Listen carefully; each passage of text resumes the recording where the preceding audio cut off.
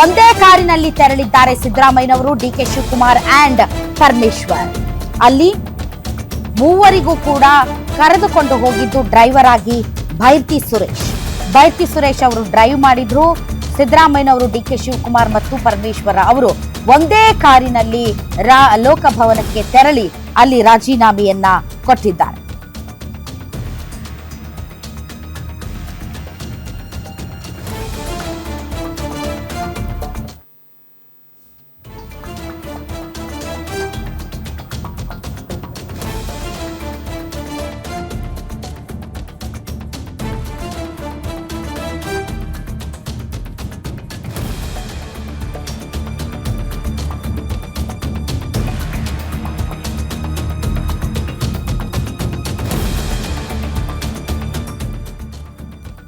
ಕರ್ನಾಟಕ ಕಾಂಗ್ರೆಸ್ನಲ್ಲಿ ಬಹಳ ದಿನಗಳಿಂದ ನೆನೆಗುದಿಗೆ ಬಿದ್ದಿದ್ದ ವರ್ಗಾವಣೆ ವಿವಾದ ಕೊನೆಗೂ ಕೂಡ ಬಗೆಹರಿದಿದೆ.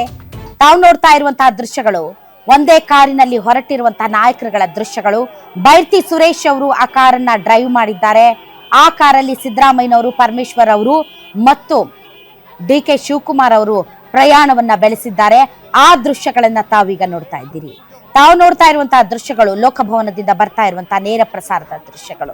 ಇದೇ ಕಾರು, ಆ ಕಾರಿನಲ್ಲೇ ಸಿದ್ದರಾಮಯ್ಯನವರು ರಾಜೀನಾಮೆ ಕೊಡೋದಕ್ಕೆ ಹೊರಟಿದ್ದಾರೆ. ಸಿದ್ದರಾಮಯ್ಯನವರು ರಾಜೀನಾಮೆಯನ್ನ ಈಗಾಗಲೇ ಕೊಟ್ಟಿದ್ದಾರೆ.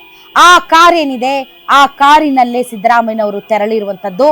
ಆ ಕಾರನ್ನ ಚಾಲನೆ ಮಾಡಿದ್ದಾರೆ ಬೈರ್ತಿ ಸುರೇಶ್ ಮತ್ತು ಆ ಕಾರಿನಲ್ಲಿ ಸಿದ್ದರಾಮಯ್ಯನವರ ಜೊತೆಗೆ ಡಿಕೆ ಶಿವಕುಮಾರ್, ಜಿ ಪರಮೇಶ್ವರ್ ಅವರು ಕೂಡ ಇದ್ದರು. ಸೊ 4 ನಾಯಕರು ಸಿದ್ದರಾಮಯ್ಯನವರ ಜೊತೆಗೆ ತೆರಳಿ ರಾಜೀನಾಮೆ ಕೊಟ್ಟಿದ್ದಾರೆ.